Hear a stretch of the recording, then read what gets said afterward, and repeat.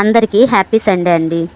ఇంకా మా ఆయన అయితే మాత్రం నాకైతే ఫోన్ కూడా చేయలేదు. వైజాగ్ నుంచి అయితే సడన్గా వచ్చాడనమాట. సడన్గా వస్తే ఏ భార్య అయినా సరే భర్తకు దూరంగా ఉండి అసలు తనకు వస్తున్నట్టు కూడా తెలియదు.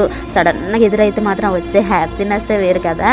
ఇంకా నిన్నైతే మాత్రం అసలు మాకు ఎవ్వరికి ఫోన్ చేయలేదు. మామీకైనా నాకైనా ఇంకా వాళ్ళ బ్రదర్కైనా ఎవ్వరు కూడా చేయలేదు నేను వస్తున్నానని చెప్పి.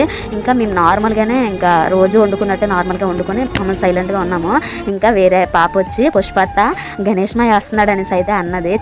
నేనైతే ఫస్ట్ ఫేక్ అనుకున్నాను. వీళ్ళు ఎగటలు ఆడుతున్నారేమో అనేసి అన్నట్టు అనుకున్నాను. కానీ ఆ పిల్ల చెప్పింది అయితే మాత్రం నిజమే. వెనక నుంచి అయితే వచ్చాడు, అంటే గుమ్మం ముందు కాకుండా ఆ బ్యాక్ సైడ్ నుంచి వచ్చి కాలు కడుక్కొని ఇంకా సడన్గా లోపలికి వచ్చాడు అనమాట. నేనైతే ఫుల్ షాక్ అయిపోయాను.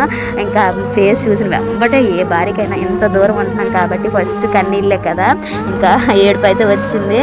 ఇంకా వచ్చి నేనైతే హ్యాపీగా ఫీల్ అయ్యాను అనమాట. ఇంకా 2 days అయితే సెలవులు అయితే దొరికాయంట. తనకి ఎక్కువ సెలవులు అయితే ఉండవండి. బాబు నేనైతే అత్తమ్మ వాళ్ళ దగ్గర ఉంటాము. ఇంకా ఆయన అయితే మాత్రం వైజాగ్లో డ్యూటీ చేసుకుంటారు. ఇంకా మంచిగా అయితే 2 రోజులు కూడా మంచిగా కడుపు నిండా తినాలి కదా, అందుకే కమ్మగా వండి పెడదామని చెప్పి ఎగ్ బిర్యానీ అయితే చేస్తున్నాను. మీరు ఎగ్ బిర్యానీ అనుకోవచ్చు, ఎగ్ పులావ్ అనుకోవచ్చు. ఎందుకంటే మాది పల్లెటూరు సైడ్ అంత ఎక్కువ ఏం దొరకవు. ఏం చేద్దామని చెప్పినా సరే ఏదైనా చీపురుపల్లి లేదా ఇంకా ఇటు సైడ్ పెరుమాల్ అని ఉంటుంది మాకు, అక్కడికే వెళ్ళాలి. ఇంకా మంచిగా అయితే ఇంట్లో ఉన్న వాటిలోనే ఎగ్ బిర్యానీ అయితే మాత్రం చేశాను. ఇంకా 5 గుడ్లు అయితే మామి ఉన్నాయమ్మ, ఇంకా ఏదో ఒకటి వండుకొని తినియండి అయితే అన్నారు. ఇంకా చికెన్ తేలేదు అక్క, మరి మీ ఆయన వచ్చాడు కదా అనేసి మీరు అనుకోవచ్చు. ఊరందరూ దొగదారి ఉలుపు కట్ట దొగదారి అనేసి అన్నట్టు ఈ రోజు అయితే మా ఊర్లో వనభోజనాలు అవుతున్నాయండి. కార్తీక మాసం కదా, అందరికీ చెప్పారు. ఇంకా మా ఆయన నేనైతే మాత్రం వెళ్ళలేదు. ఎందుకు వెళ్ళలేదని మీరు అనుకోవచ్చు, అది మీ ఊహకి వదిలేస్తున్నాను అనమాట. ఇంకా చక్కగా ఎగ్ బిర్యానీ అయితే సింపుల్గా చెప్తాను.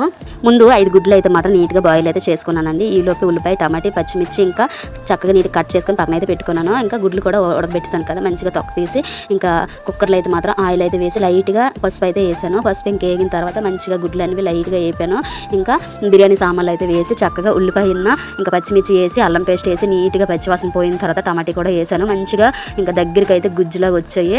ఇంతలోనే కొద్దిగా కారం లైట్గా ఇంకా పసుపు అయితే వేసాను. మంచిగా ఆయిల్ అయితే తేలింది. ఈలోపే ఇంకా 2 గ్లాసులు అయితే రైస్ అయితే వేసుకొని ఇంకా దానికి తగ్గట్టు వాటర్ అయితే వేసి మూత అయితే పెట్టానండి. మంచిగా విజిల్ అయితే వచ్చాయి కదా, 3 విజిల్కి అయితే మంచిగా ఆపేసాను.